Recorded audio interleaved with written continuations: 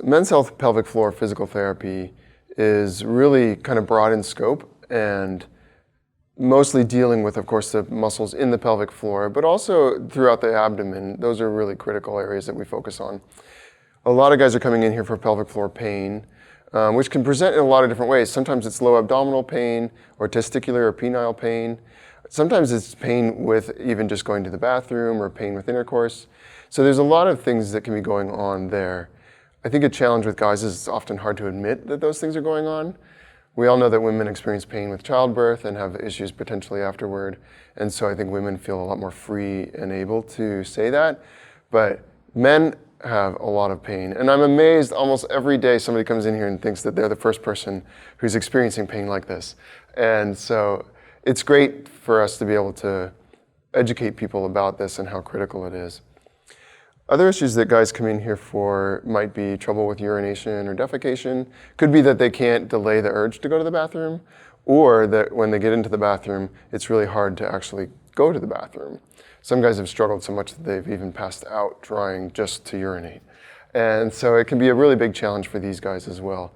And once again, that's a tough thing for them to admit. And they usually end up here after they work their way through their primary care provider and a urologist.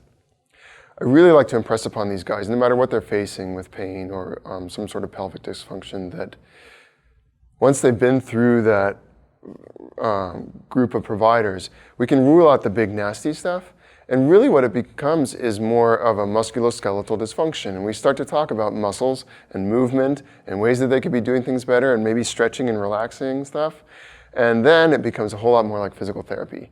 And I really like that. And my hope is that when they leave, they're thinking, okay, this isn't some sort of scary thing living in this black box that we don't know about.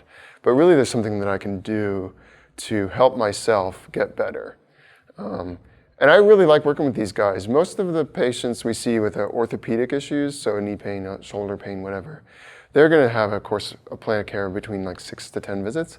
My plan of care with pelvic pain is often more in the order of 3 to 4 visits. I'm surprised when they don't come back in the second visit and say there's already something going on that's better. So it's really fun to work with these guys because their lives can be terribly interrupted with these issues. And then we work together and it's so rewarding to see them get better pretty quickly.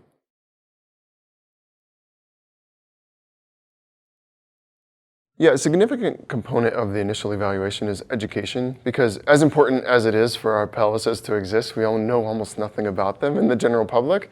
And so when there's dysfunction, it's hard because if my elbow is an issue, I can look at it or I know how an elbow is supposed to work. But a pelvic floor issue is really mysterious and it's private and it's weird. So a lot of times I feel like my role is not just to help them understand how it's more musculoskeletal in nature, but that there's something they can do about it, and to shed some light on the subject. You know, from a pain neuroscience thought process, a brain that is in the dark makes up all kinds of scary stories. And so if we can help shine some light on these issues, then the brain is happy because we understand more what's going on. And then even better, when you say to that brain, hey, there's these exercises we can do that are going to help you, now that person has self-efficacy, and we know from the research that that's critical to helping people get better as well.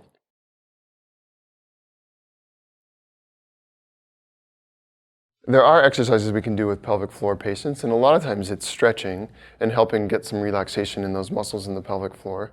Sometimes if it's been an incontinence issue, we need to work on strengthening those muscles. But I would say besides that, it's almost always more of a relaxation component. The other things that we can do, if necessary, is even some manual therapy.